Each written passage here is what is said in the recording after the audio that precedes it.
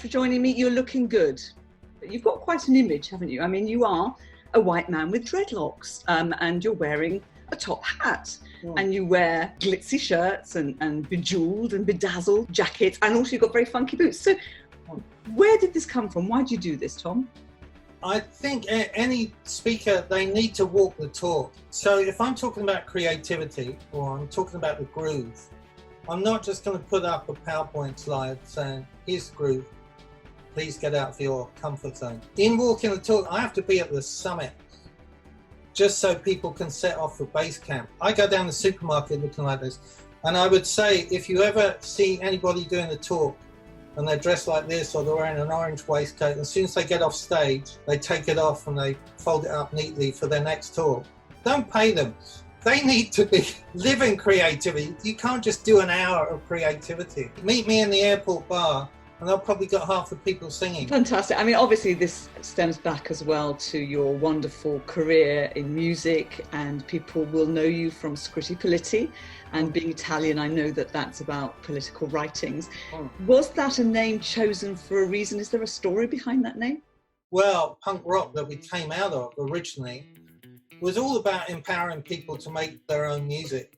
So Scritti Politti, yeah, it means political writings, and it was from a book by an Italian guy called Antonio Gramsci, and he wrote about the power of culture. So let's empower people to make their own records, to find out where the pressing plant is. So you don't need record companies, you don't need all these filters that were around saying you can either make a record or you can't. We just put all the costs on our record sleeves.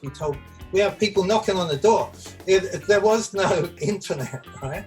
So we put our address on the record sleeves, and people would come and knock on the door and say, we want to make our own record. And we'd get out the yellow pages and we'd look up the nearest recording studio to their band, you know. So Scritti Politti was a kind of attitude. Fantastic. And are there any rock and roll stories you can share? You know, I love name dropping, so if you can drop some names and tell me a couple of stories. Well, later on, this was interesting because we were based in Camden Town, and Madness were also based in Camden Town. And we used to see each other about. And I used to go and sit by the canal sometimes and just sort of chill out. And Mark, the bass player, I'd see him riding by on his bike. And one day he just stopped and said, you're Tom, aren't you? I said, yeah, you're Mark, aren't you? He said, we've just opened a studio and we're looking for people to test it out. Do you want to come and test it out? And that was a time when things had gone, I'd kind of gone solo at that point. I'd become a songwriter. And so I had some songs. So I said, yeah, I'll come and test it out. Then he said, well, we're setting up a record label. So I got them all. You know, everybody, Suggs, everybody, they all came. I got them all playing on my demos. And then I took them upstairs to their manager and I said, what do you think of my demos? Of course, he had to sign me. That's how I kind of got in with them. And through them, we were doing some recording at Westway Studios, Clive Langer's, their producer studio. And they were working with David Bowie. And I had this little programming room upstairs from the main studio. And David used to come up and he'd bring everybody upstairs and say, yeah, we'll go down later once they've set it all up, but where Tom is, that's where it's all happening. I had this tiny computer at the time, one of the first ones, and we just used to make these little they never got released. They're lovely, clean rock and roll stories, but the rest I tend to tell to CEOs in the bar because I don't tell them from the stage because they're so radical. You wouldn't want to base your company on the sort of risks that we took. However, CEOs and the board, they've taken those risks. They wouldn't be at the top if they haven't taken those risks. So we often have a couple of Jack Daniels just for old time's sake. Well, anyway, some very good name dropping there. I'll give you a star. That was good. That was good. So, you touched earlier on, you talked about creativity, you've talked a bit about changing mindsets, you've talked about culture. These are all things that actually you talk about now as well as part of your speaking. Yeah. Were you always interested in that? Was that something, or is that something that's developed? It's a curious thing. I've only realised this fairly recently, but in my life, anywhere I've been, anything I've learned, I've always thought, how would I communicate that? I come from a very working class family. My mum saw I was good at art, and so she was trying to get me to be a graphic designer from a really early age. So we'd see something and she'd say, yeah, how can we advertise that? At school, we had this, we need to make a poster. So for a swimming pool we were fundraising for, my poster won the competition. And it was because of me and her talking about it. So consequently, when I got into personal development and psychology and how to work with the kind of imposter syndrome, which I know is a constant amongst everybody, whether they own up to it or not, I thought, right, so I'd learned a kind of self-help language that I know the cool people don't like. So I thought I'm going to write it as a remix process and I'm going to give it to my friends. And the thing about the remix process, which is on my website, and I mention in the talks, and sometimes that is the focus of the talks, is that anybody can relate to it, anybody can do it, and it deals with that kind of inner critic. Having designed this way of clearing it, I just want to be out there. And no, and it's fantastic. And for those people who don't know about the 7-step remix process, I mean, we used it slightly differently in the office. Rather than a sort of attaching it to imposter syndrome, we used it when we were trying to change our feeling and our reaction and our mindset about a situation, and it worked so well and it's so easy, and I've actually got it pinned on my wall. So I think it's really clever and it's really good, and what's lovely is it relates to music. So I think from a changing mindset point of view, whether it's about imposter syndrome or even how you feel about something, I think it's just brilliant. So I loved it. 20 years ago I worked with a teacher called Dr. K. Bradford Brown, and he kind of invented that way of clearing the mind. It's just that his language was a bit self-help language, so I brought it all to remix, erase, record. I'm standing on the shoulders of giants here. Everything I do, I'm kind of eclectic. I pick things up from all over the place, and then I put them together in a way that again, I think it's my mum's influence. How can we get this to the most people? You're like me, I'm eclectic. I collect all sorts of weird speakers.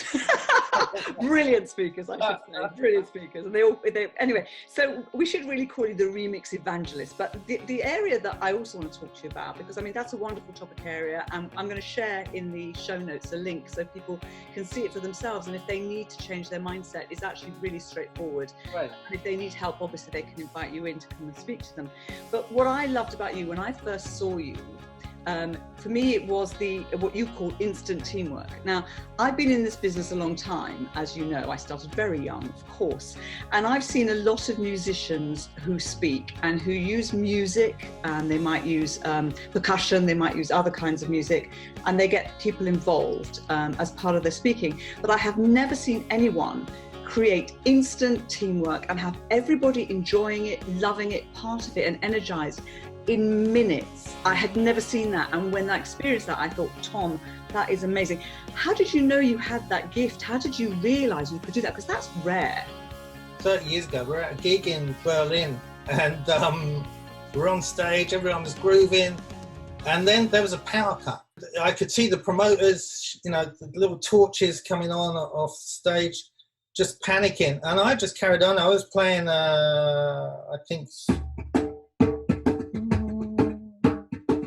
I was just playing a basic beat, and I just started singing, yo, yo, and then the audience came, yo, yo, yo, yo, yo, and then all the lights came on, all the power came on, and Green came in with a dang, dang, kind of reggae chop. Neil came in with a doo-doo, doo-doo. You can make something out of a disaster, out of chaos, and you know what? Everyone said you must have engineered that because it was so slick the way it came in, and the audience became so engaged at that point. And it took me 20 years to then, do all that I needed to do within the music business, and all the setup, instant teamwork. But I remembered that. I went out and bought 200 drums, and I thought, rather than just do call and response, let's have everybody drumming. I clicked that. People think they're this far away from their creativity, right? They're about that far away, and all you've got to do is that. You know what? I think that's a great way to start the day to energize people. It is, yeah. So, and drum for 5 minutes. Absolutely. Or when you're feeling really stressed out, it's really brilliant. So I've never forgotten that session, and which is how you and I ended up working together. And so, I mean, you're very active. Your brain is always going. You're full of energy. You're amazing. What do you do when you want to relax? I love to say I go scuba diving, because I love scuba diving, but I don't go scuba diving very often. On Sundays, we do something called Black Tie, White Lie. We pretend we've been up all night. We get a good night's sleep Saturday night. We pretend we've been up. We get dressed up in black tie, ball gowns. The women smudge their mascara and carry their little stilettos, and we meet up and we have an old shopping trolley which looks like we just found it in the street. It's got a beatbox in it. We can go and dance in fountains. We can give people roses. You know, on the bridge we throw roses to the pleasure boats underneath. The thing about the bridge, you know, lots of barriers have gone up on the bridges since the terrorist attack. We continue to bring barriers down, not physically, but between Londoners, because people come and dance with us, kids come and sing. Kids are fascinated, so we're all about connection. So, is that relaxing? I was just about to say that. I have a question for you. You mentioned the word permission. Why do you say you need permission to be creative? I think it's to do with our education system, because if you imagine how we grow up, there's generally 1 or 2 people in the class who are good at music, or John is the one who can draw. You know, I was the one who could draw in our class. So I got used to getting a gold star, but I saw other people give up. It's the way our education system is built on hierarchy. I mean, a lot of our life is built on hierarchy. Social media, in a way, is built on hierarchy. My breakfast is better than yours. You know, here's a photo of it. So we all need, you know what I said at the beginning, I need to be on the top of the mountain so others can set off the base camp. We all need permission to just do a bit, you know, and not have to be the best. And instant teamwork is all about that as well. I mean, you said when you got involved, you were just kind of drawn in. That's because I speak to a partner of mine that bypasses the critical voice. You know, you could, some people say, spiritual people say, I go straight for the soul. I speak to the spirit. And the spirit is going, great, I've been waiting for you to turn up. What took you so long? Because we're not educated that way. We're educated, pass exams, remember stuff. It's all memory tests. And so that's quite, what was the question again? We would fail the memory test on both of us. That's hilarious. The question was about permission. I think you've answered it. I think. Yeah, well, I am the permission giver. That's why, you know, my tag is the rhythmic ringmaster, because the ringmaster doesn't do everything in the circus. He or she just says, okay, now we've got this happening, now we've got this happening, now we've got that, and that whole thing about here's a beat, the lights are off. Do you know what? I've just realised why that Berlin thing worked. It was because the lights were off. So everybody was safe. Nobody was judging themselves. Am I the best singer here? My grandmother, I learned this, she was in London in the war, and she said when the bombs were dropping during the Blitz, she was an East Ender. They'd all go down into the subway stations, and the kids were scared, so they would sing to the kids to calm them down. Now, they didn't say, I'd better do 3 months of singing lessons before I sing to the children. You know, they just sang. And so in those times of crisis, that's when people come together. When they came up, someone's house would have been bombed. They wouldn't have said, we'll apply to the council. They said, all right, well, Johnny can come and stay with us. You know, they rehoused each other as that kind of crisis went on. It went on every night. She said that was the best time, the worst time of her life. It was the best time because those connections were being made. So again, I kind of go around the world building. I don't say this to clients, but I'm going to create a crisis in your conference in order to bring people together. But if I say we're all going to sing or we're all going to drum, there is something going on in people going, why didn't I take annual leave? But then when we start, they go, I'm so glad I came. I love that. Why didn't I take annual leave? That's brilliant. So finally, Tom, you've gone from music, with Scritti Politti, a musical career. You've become, a drummer, creating teams with your drumming, and now you've added speaking to that. So if you were looking back at Tom, who was starting to speak for clients at conferences and events, what advice would you give young Tom? I would say, because I've done so many things in my life. I've built houses in Africa. I've kind of helped a well be dug so an orphanage could be irrigated. All this stuff. A lot of it I haven't filmed, and now I would like to include some of that in my show reel, not to say what a good guy I am, but just what I want to say and what my message is be creative all the time. Don't wait for the creativity session or the away day or and so if I look back, we've built whole castles in the pub car park where we live out of cardboard boxes with kids during the bank holiday.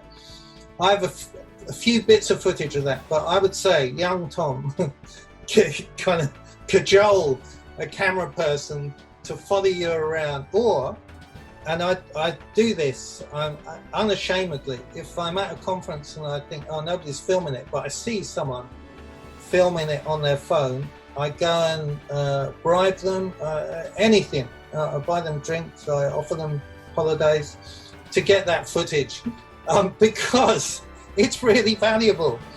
And the thing is, you're not in the headspace of logistics when you're preparing to get on stage. You don't care about anything about that anymore. You're just flooded with a different sort of chemical and different purpose. You're just out there to deliver to the audience.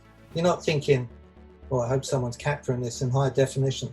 So it's really get that organized and get someone who'll take that role on for each event or each thing you do, and then forget about it, and then call them the next day, say, can I have that footage, please? I think that's brilliant advice, and it's also excellent advice for a speaker, because you've got a chance to review your session and look at it, and lots of speakers don't do that, and I think it's great to stand back and say, what's Absolutely. Good, how can I improve? I was watching James Taylor, I was listening to James Taylor's podcast, and he said he does this, right? He has a whole team with him, and one person in his team is the filmmaker, and he said he watches it in order to see, what he could improve. And I absolutely love that, because I do the same, and some people just will not watch themselves, or they won't listen to them. They say, oh, I hate the sound of my voice. I found James really inspiring in that way. He treats it, it's like an expedition for him, a real adventure. And he's all about, how do I deliver more? How do I deliver more? How do I deliver more? So. And do you know what, Tom? We're ending on a wonderful note, because you're always so generous about everybody. And we're going to be generous about you, Tom. You're a pleasure. Thank you so much.